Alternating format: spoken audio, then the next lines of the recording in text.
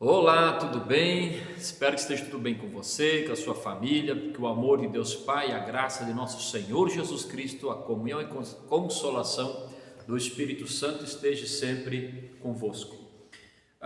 Estamos aqui novamente no canal Bereano Básico, meu nome é Flávio e eu quero tratar aqui de um assunto, preparando esse vídeo aqui, uma forma de preparo para nós abordarmos aí outros temas que eu estarei fazendo uma sériezinha aí mais para frente, ok? Eu quero falar sobre teologia, né?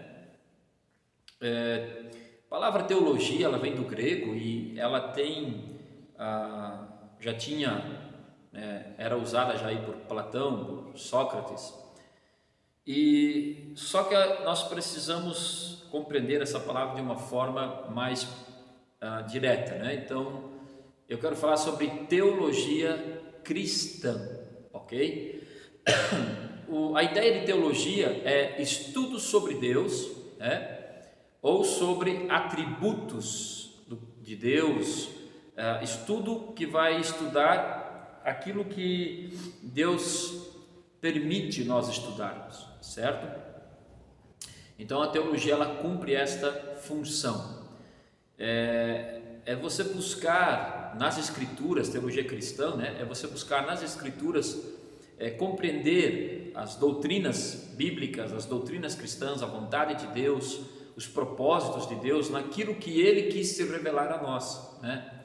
Então a teologia ela é um estudo sobre Deus ou sobre os atributos de Deus. É muito importante ter esse entendimento bem básico sobre teologia, para que nós não viemos simplesmente fazer algo que eu vejo alguns fazendo, que é demonizar a teologia. Infelizmente, alguns pregadores têm a infelicidade de dizer que teologia é coisa do diabo, que teologia esfria, que a letra mata. Alguns fazem isso por ignorância bíblica mesmo, outros fazem isso por preguiça de estudar, e outros fazem isso mal intencionados, porque eles sabem que se a sua igreja, os seus membros começar a levar teologia cristã, uma teologia saudável, a sério, eles vão ter que dar algumas explicações para os seus membros, né? E aí perderão aquele autoritarismo que eles têm sobre o seu rebanho, e isso é para eles um problema. Mas, querido, os dias estão mudando, os tempos estão mudando, certo? E nós vivemos já na geração que é pós-modernidade. Já estamos aí na geração cibernética. Estamos aí vivendo um avanço da tecnologia, e uma dessas ferramentas é a internet, inclusive a plataforma do YouTube, ao qual agora eu estou aqui usando, que é uma ferramenta excelente, muito boa, deve ser usada em favor do reino de Deus também. Agora, quando eu vejo um pregador demonizando a teologia, eu fico preocupado com a incoerência dele. Por quê? Ele tem que usar as escrituras para pregar o evangelho. E se hoje nós temos uma Bíblia em nossas mãos, foi graças a bons teólogos, a eruditos que foram fiéis às escrituras, a sã doutrina, né? Então hoje a Bíblia ela é 97% igual às originais. Existem milhares e milhares e milhares de cópias, né? Em várias línguas diferentes, em vários idiomas diferentes, mas que são fiéis ao mesmo assunto, ao mesmo tema, né? Isso é importante, então, você compreender, querido, sem entrar aqui em algumas polêmicas, mas no geral a Bíblia ela é fiel, ela é a palavra de Deus. Então nós precisamos crer nela e estudar a Bíblia. A Bíblia ela nos aconselha a examiná-la. Devemos estudá-la, examiná-la, e não simplesmente espiritualizar a vida cristã ou os nossos hábitos e costumes, né? Então temos que tomar cuidado, porque nós podemos estar pecando de forma grave quando demonizamos uma teologia saudável. Por exemplo, por que é importante a teologia cristã?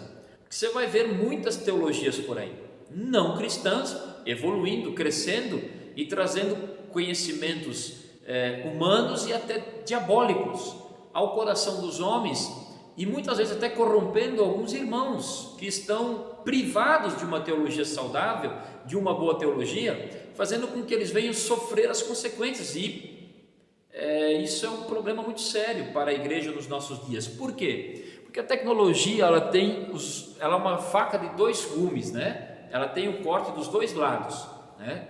Então ela proporciona a habilidade, a facilidade de divulgação e crescimento de uma teologia saudável, mas ela também proporciona o crescimento de muitas coisas antibíblicas, né? E enquanto nós temos a liberdade de pregar o Evangelho nessa plataforma, né, do YouTube, na internet, Facebook, Instagram, WhatsApp, Twitter, Telegram, seja o que for, nós temos que aproveitá-lo, né? Devemos difundir o reino de Deus. Mas eu preciso ter a humildade de reconhecer que se hoje eu tenho uma Bíblia nas minhas mãos, é graças a bons teólogos, eruditos, sabe? É um nível de alta ignorância quando alguém ignora isso, quando alguém despreza isso.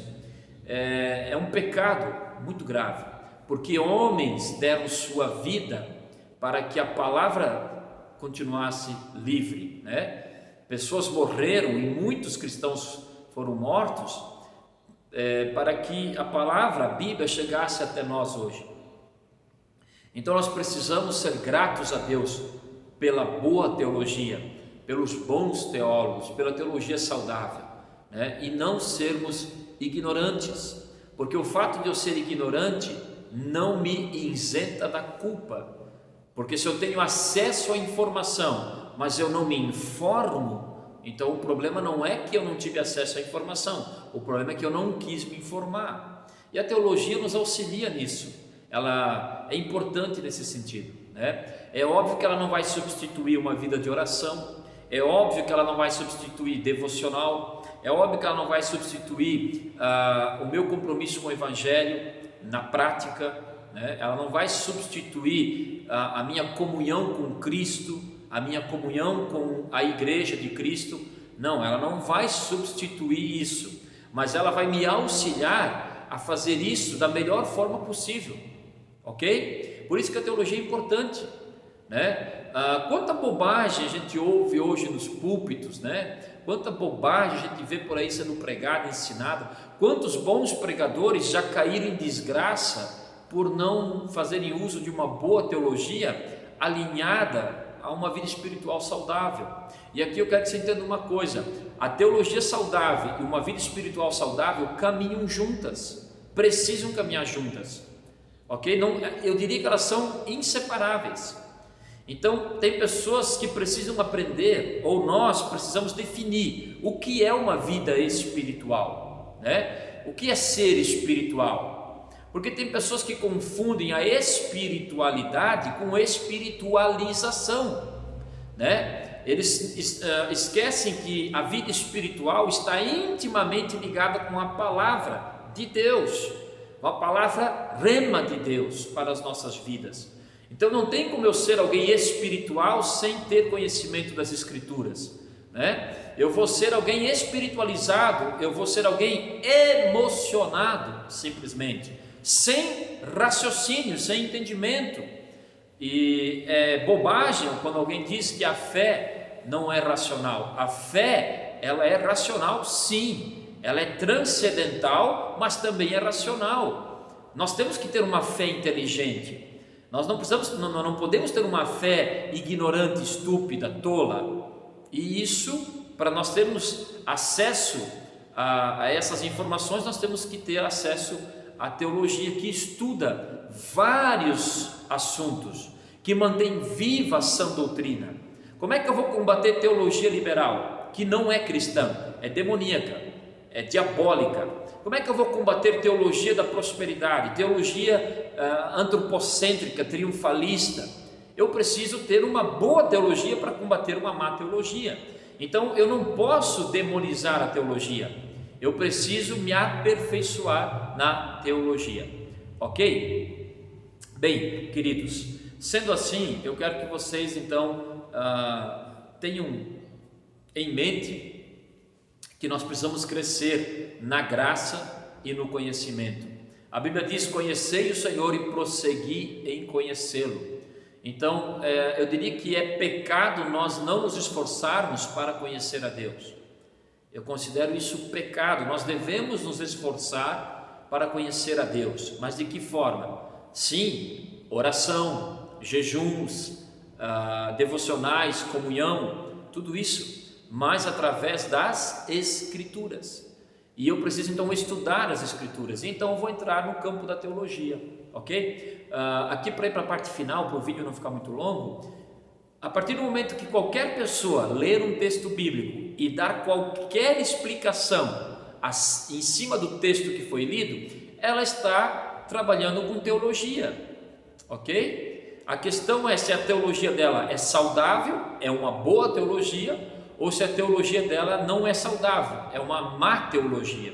Esse é o ponto. Então a questão não você vai tratar a Bíblia, você vai ler um assunto, você vai pregar para alguém, você vai estar utilizando teologia. O ponto é, tua teologia é boa ou ruim? Outro exemplo, alguém vai pregar um sermão, ok, ótimo.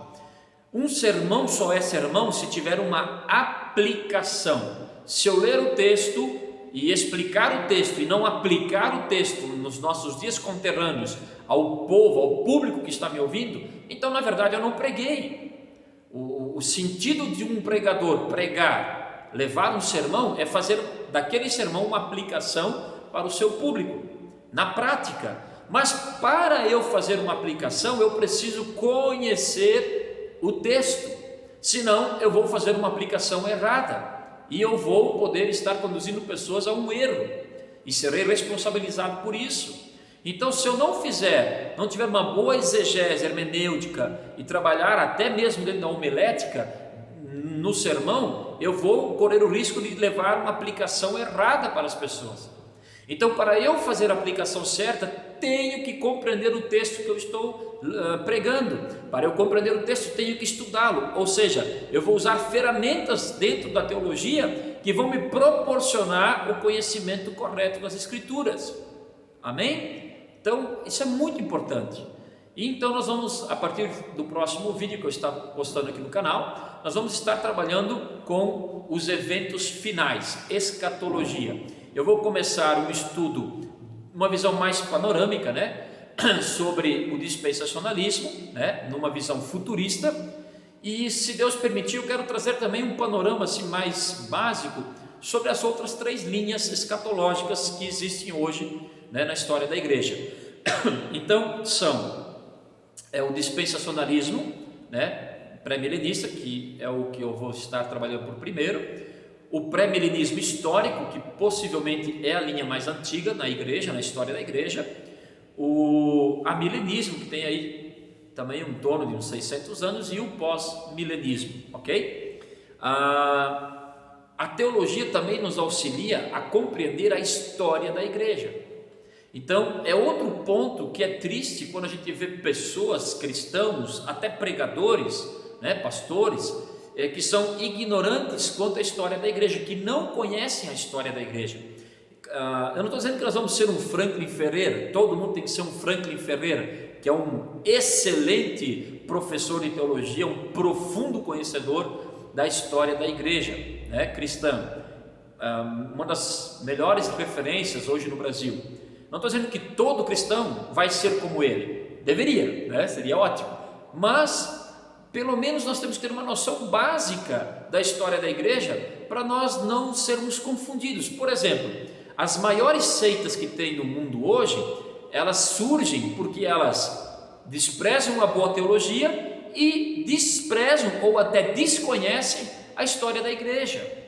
Então, quando surge um assunto polêmico, um assunto novo, talvez para aquele cristão o assunto é novo, é polêmico, uma das ferramentas que eu também tenho que ter é a história da igreja. Como é que a igreja, durante a história desse milênio que passou, como é que a igreja agiu, trabalhou em relação a esse assunto, ok? Para que nós então tenhamos uma segurança, porque durante a história da igreja, Deus levantou homens, até mesmo na idade das trevas, a idade média, período das trevas, né?